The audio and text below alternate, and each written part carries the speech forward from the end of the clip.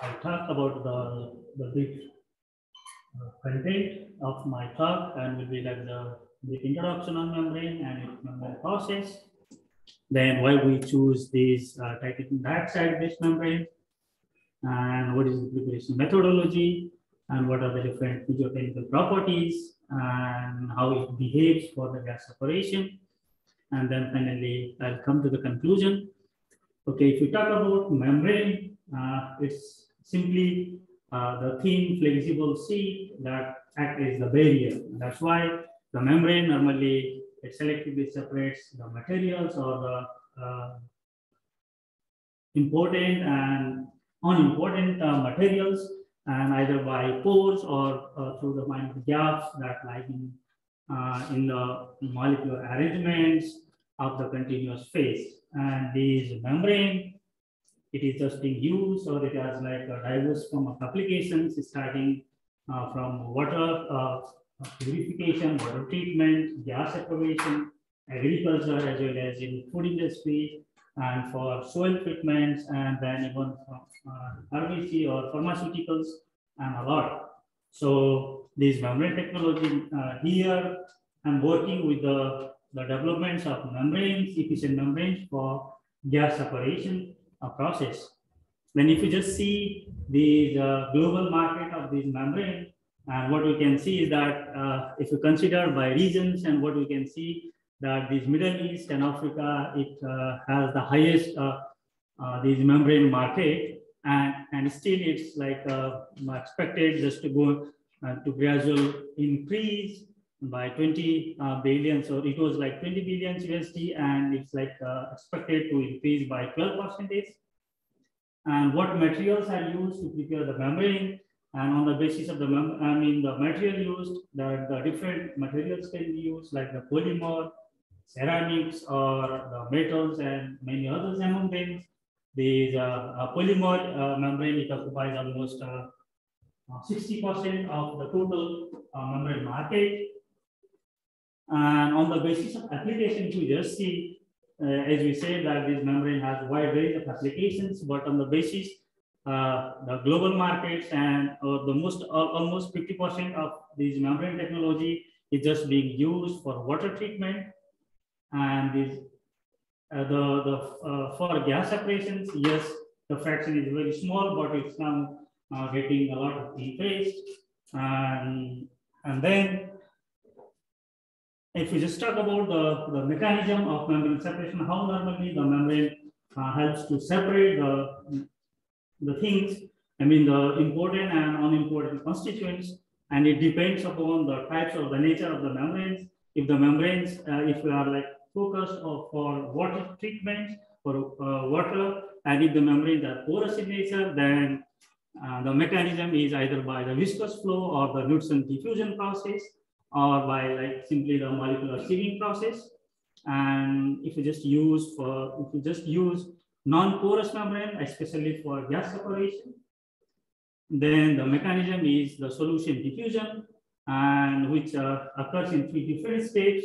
The first one is like the substance of the gas molecules on the membrane, and then diffusion through the membrane thickness, then finally desorption from the opposite ends. And that's why the efficiency of the membrane is normally calculated or determined by 2 different parameters. One is the permeability, and which is the product of diffusion coefficients and the solubility coefficients, and another one is the selectivity, that is simply the ratio between the permeability of one gas to another gas. So by using these 2 parameters, we just compare the efficiency of how efficient the membrane is especially for gas separation process. As I said that I'm mainly focused on gas separations. For gas separations, yes, 2 different types of membranes are normally used. One is the polymeric one, and another one is the inorganic membrane. And the major drawbacks for inorganic membrane is, yeah, it's costly for manufacture, and whereas for polymeric membranes, the major drawbacks is the existence of trade-off between the selectivity and permeability. That is, if the membrane is highly permeable, then it's very less selective and vice versa. So the main target is just to make the membranes which is permeable as well as selective. And that's why just to improve the efficiency or to minimize these drawbacks, the new technology to prepare the polymeric to develop the membrane and is just to develop or to prepare or synthesize the mixed matrix membrane, that is the combination of the polymer matrix or the incorporation of inorganic fillers into the polymer matrix, and such that these mixed matrix membranes and will combine the merits of both the polymers as well as the inorganic fillers and with some superior gas separation performance. And okay, the membrane is prepared and we use this membrane for gas separation.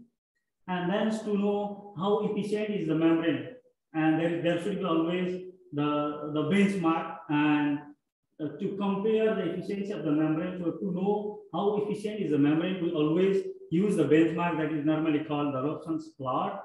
And this is, we normally use Robson's 2008 plot. And that was like proposed by Robson's. And comparing with these plots, and we understand that, okay, how efficient is the membrane that we prepare. And if we just see the research and publication trend in gas separation membrane, yes, what we can see is that the interest is like gradually increasing, and and again on mixed matrix membrane, yes, it's also like it's still the interest is just going on increasing. So the polymer, so many research who are working on gas separations, they are now mostly focused on the development or synthesis of mixed matrix membrane rather than the pristine polymeric membrane. And yeah, as we said that for the preparations of mixed matrix membrane, we use inorganic fillers and incorporated into the polymer matrix. And these fillers shape and size has a lot of like it has the detrimental effect on gas separations behaviors because it affect on the morphology of the membranes. And if we just use, or if like we use some ultra microporous nanosheets like graphene nitrides, then it normally affect on the interfacial morphology of the membrane, as well as it provides some precise size seeding effect for the gas separations. Similarly, if we just use non-porous fillers like graphene oxides or the flat sheet, in that case, yes, it disturbs the polymer chain, and as well as it introduces the transport channels in the interface between these polymer matrix and the fillers. At the same time, if we just use like these non-porous fillers like titanium dioxide nanoparticles, then yes, the intrinsic properties of the nanoparticle is the aggregation. So the chance of aggregation is high, so that they can again produce a large voids on the membranes, and that normally again gives some drawbacks. Either the permeability is very high and selectivity could be very low, or vice versa. And then even if we just use some porous fillers like carbon nanotubes or titanium dioxide nanotubes, then in that case, yes, besides the formation of interfacial transport channels in between the nanofillers and the membrane matrix, even these tubes also provides or they behave as the transport channel. And because of these things, the rapid transport of the gas particles or gas molecules can occur that improve the efficiency of the membrane separations. And on the basis of, I mean, here what we can see is that the different particle size and particle shapes has detrimental effect on that ones.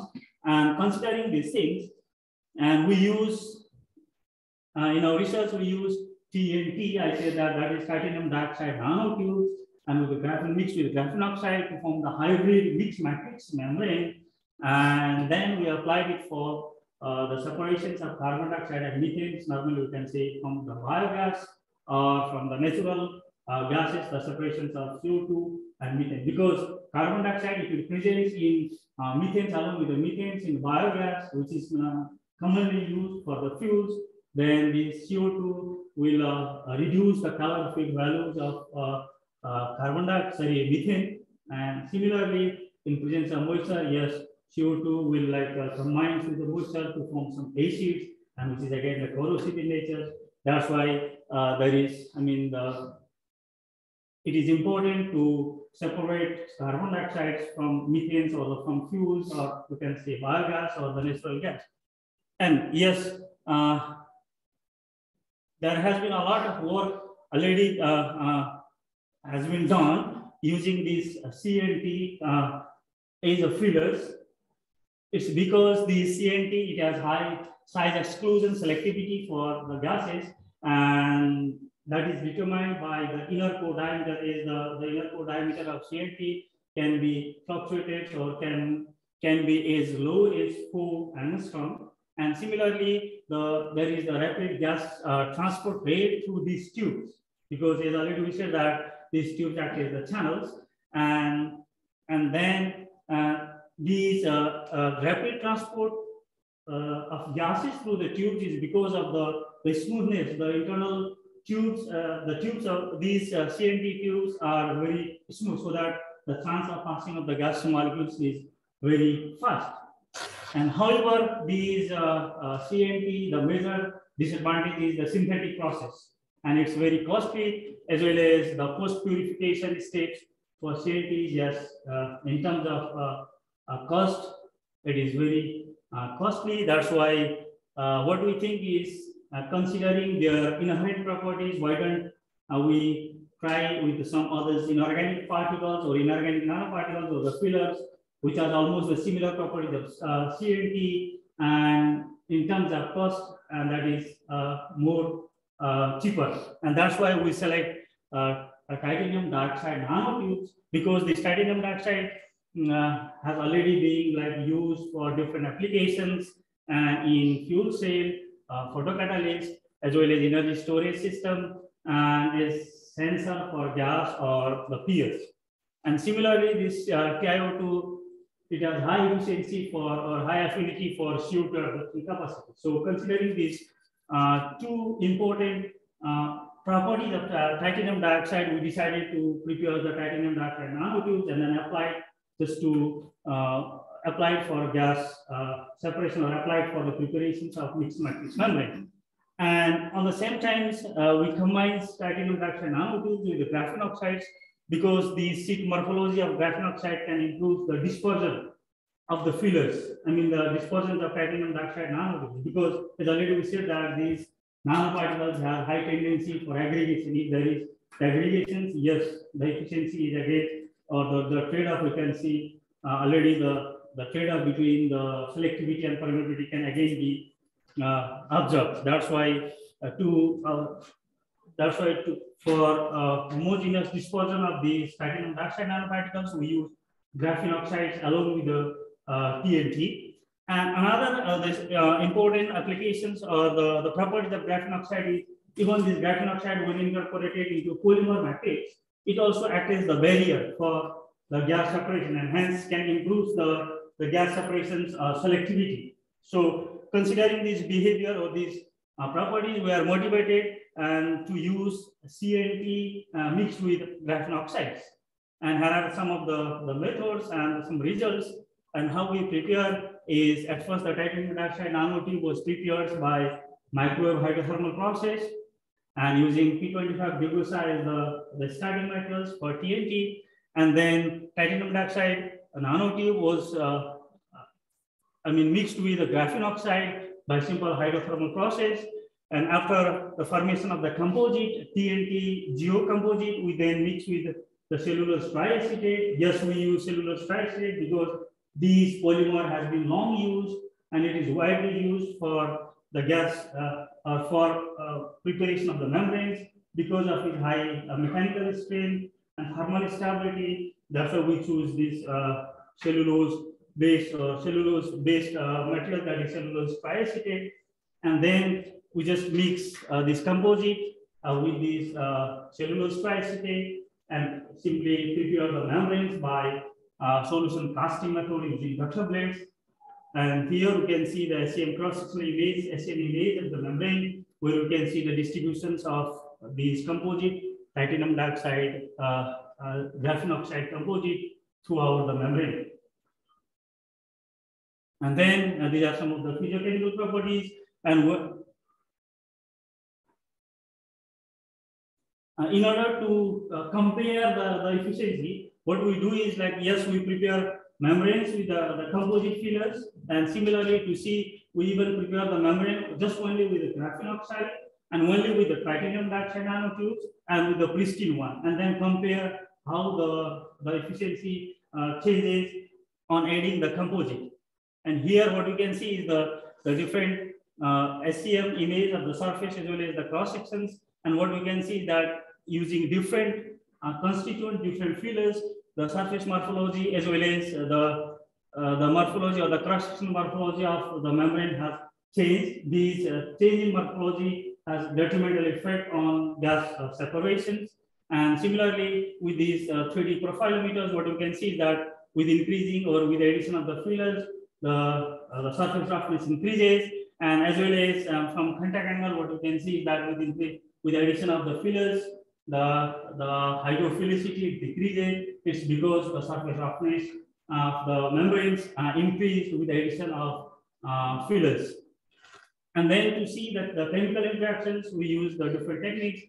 These XPS, it shows that the origins of titanium and carbon bonds in the composite compared with the titanium and graphene oxide separately, what we can see is that the titanium carbon bond has been obtained, or we could obtain the TiC bonds that suggests that TiO2 was chemically bonded with the graphene oxides during hydrothermal treatment.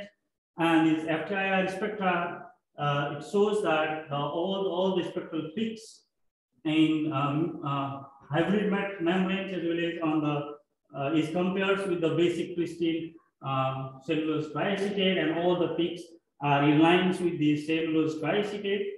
And what we can see is that some peaks in cellulose triacetate is disappears in the mixed matrix.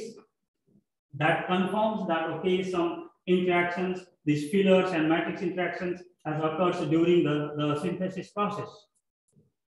And then just to understand know how these synthesized membranes behave thermally, or to evaluate the thermal stability, we use TGA. And what we can see is that two stages of weight loss can be seen. The first stage, that is around 160, and which is because of the loss of moisture or some entrapped solvent, or similarly some smaller sterified groups, whereas the second weight loss, which is in around 360, and is because of the decomposition of the polymers. And very interestingly, what we can see is that once we compare with the pristine CTA, the thermal stability of hybrid membranes and goes in increasing, and it indicates that the thermal stability of the membrane also increased because of the additions of the fillers. And similarly, the DSC, the origins of the DSC endothermic peak at around 300, and when you compare it with the pristine CTA, that is around 290, that is the increase in the endothermic peak around 300, that represents the melting temperature of the mixed matrix membrane. Also confirms that the homogeneous distributions or the rigidifications of the membranes has occurred, or the membrane is highly rigidified. And we even try to see the mechanical behavior or mechanical properties of the membrane. And what we can see is that the Young modulus and elongation strain breaks, and they gradually decreases in hybrid membranes, and whereas the tensile strength increased, and these indicates that the membranes is highly ductile in nature. And similarly, these dynamic storage modulus, it increases, and it suggests that there is the strong interfacial interactions between the fillers and the polymer has taken place, so that there is very less segregations of the nanoparticles in the polymers occurs. And similarly, also these transition temperatures, the glass transition temperature of these hybrid membranes is increased as compared to the pristine CTA, and this also like confirms that the polymer or the very good interactions between the polymers and fillers has occurs, or that helps to improve the efficiency of the membranes for gas separations. And again, and as we said that the reasons to choose TiO2, as we said that it has high affinity for CO2 absorptions, and to support that fact, yes, we use the different membranes for the gas separations, gas sorptions. And what we can see is that these hybrid fillers mixed matrix membranes and shows the high carbon dioxide CO2 substance affinity in compares to methane. And then we applied for the gas separation behaviors, and what we can see is a very distinct increased in efficiency can be observed. And once we compare the pristine membranes and only with the titanium dioxide nanotubes and only with the graphene oxide and the mix, this composite membrane has high CO2 permeability and then even high selectivity for CO2 and S2O. And as we said that the efficiency of this membrane is normally compared with the Robson's plot, and what we could see is that these composite-based membranes and shows the efficiency on the Robson's line. It means the synthesized membranes or the prepared membranes is efficient or it's effective, and that even meet the that is on the lines of Robson plot, means it's we can say it's highly efficient for CO2 and methane separations. And even to see the effect of the fillers, what we do is we vary the concentrations of the fillers, the graphene oxide and TNT. Here I have just shown the variations of graphene oxides keeping titanium dioxide constant. And what we could see is that on increasing the concentration of graphene oxide, the gas permeability as well as the selectivity increases and up to the 7 to 8% of 0. And after that, what we could see is the permeability is increased, whereas the selectivity is decreased. It's because at higher concentration of nanofillers, the chance of aggregation is high. And once the nanoparticles get aggregated, large voids can form so that even the larger gas molecules can easily pass. That's why the selectivity decreases. And another important part is how stable is the membrane, for how long we can use the membrane. For that, we tried the membranes and for gas separations and for almost 1 week. And what we could see is that for almost 1 week, the membrane efficiency it has not been changed. So we can say that yes, the membrane is even highly efficient for long-term use. And why this membrane is only like efficient for CO2 and methane, so why not for others? And to see this, even we tried for the different gases, and from here what we could see is that yes, this membrane has highly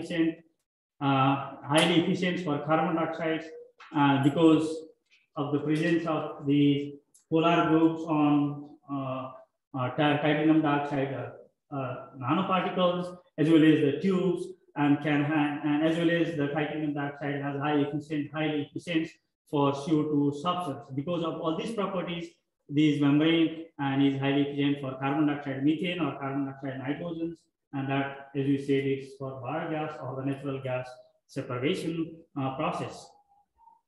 And in conclusion, what we could see is that yes, the significant increase in gas permeability as well as the selectivity was observed when hybrid fillers mixed matrix membranes was used as compared to the pristine CTA.